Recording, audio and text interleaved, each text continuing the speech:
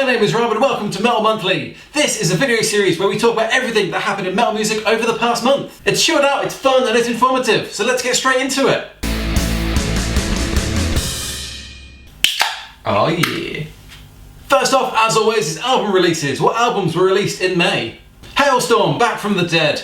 This is the first full album from the band since 2018 and it is a hell of a follow-up. Lizzie Hale's vocals are incredible even when she's basically screaming, and I like how the guitars take a bit of a backseat to really allow the vocals to shine through and be the star of the album. 3 Days Grace, Explosions. Am I emphasising that enough? Explosions! This is the newest album from the hard rock group and honestly I wasn't a huge fan of it. The vocals seem closer to just angry shouting rather than actual singing, and the guitars were fine but they weren't incredible. I really think the whole album should have just been sped up by like 125%. I really think that would have made it much more enjoyable. Anvil, Imminent is imminent. Impotent. Impact, oh god. Anvil, Impact is imminent. Oh yeah, did it. So this is a thrash band who kind of fell off in the 80s even though their output of music did not slow down. There is a really good documentary about them that I highly suggest everybody watch. It's really good. Anyway, they've also got an album out. So this is a very varied album. Some of it is faster, thrashy kind of music, and some of it is very slow, hard rock, and some of it has got trumpets in. This is a very varied album. Def Leppard, Diamond Star Halos. So the newest album from these veteran rockers is a very laid-back Americana twangy kind of album. For a metal band, this is a very easy listening rock album. That being said, it is still a very enjoyable album. Joseph Elliott's vocals continue to be stunning, the rest of the band plays incredibly well, and here's the thing about easy listening rock music, it's easy to listen to.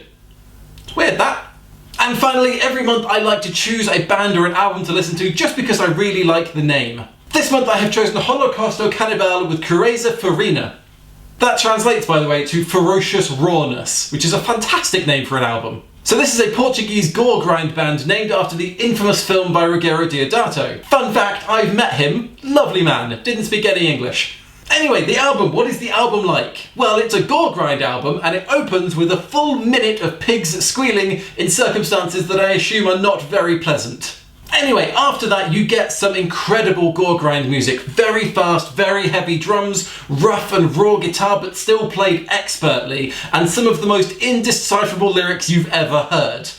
I'm not the biggest fan of that style of vocals, but once you get into the album, it's so good. I listened to the whole thing and it's so good. So next up we have musician deaths. This is where we just honour and remember the metal musicians who have passed away over the last month. At the time of recording, there were 4 metal musicians who have passed away in May. On May the 1st, Rick Parnell, former drummer of Spinal Tap, passed away. On May the 4th, Howie Pyro, former bassist of Danzig, passed away. On May 11th, Trevor Snurad, vocalist of the Black Dahlia Murder, passed away. And on May 24th, and I'm sorry for all of the mispronunciations, but Guillaume Bédu, former vocalist of Nyemic and Scarve, passed away. My condolences to all of their families. So next up, something more fun is Music Festival Explorer. This is my website where I talk about metal music and festivals and anything within that sphere. Have you ever been to a music festival where you've gone to bed on a fully blown up airbed and then you've woken up and the airbed is deflated and you're just laying on the rocky hard floor? Well, I have written a blog post on why that happens and what you can do to prevent it. There is a link in the description. If that interests you, please read it. I spent ages writing that. Thanks. And finally we have the fun stories from last month. So firstly, strangely, Spinal Tap 2 has been announced with apparently the same cast and the same director. The film is set to be released in 2024 for the 40th anniversary of the original film, which blows my mind. Next up, the Misfits are bringing out their own brand of beer. It seems to be a thing at the minute with bands bringing out their own brands of alcohol, with Iron Maiden's Trooper, apparently Rammstein have got a slow gin, and Red Fang have a line of red wine. So the Misfits Fiend Lager is 5.78% ABV and is available in 40 states of America, which basically just means that I'm never going to get to have any. And finally, you've probably already seen it, but we have to talk about that clip of My Chemical Romance. So MCR are touring at the minute, I don't know if you've heard. So they did a gig in Dublin recently, and during which Gerard Way, between songs, was talking about his voice and how he's had issues with it in the past. However, he's basically over it now, he doesn't care, he just wants to perform, he doesn't mind if it hurts. And what he said was that it doesn't matter if he's singing for the Queen of England, but he would sing through shards. Which I think means he would sing even if it really hurt, which first off is a really weird phrase, but also I don't think is a compliment. I think he's saying, even for her, I would sing even if it hurt my voice, which is not a compliment. But anyway, that was then greeted by thousands of MCR fans chanting, "Fuck the Queen." It's a fantastic clip. I highly suggest you go look it up.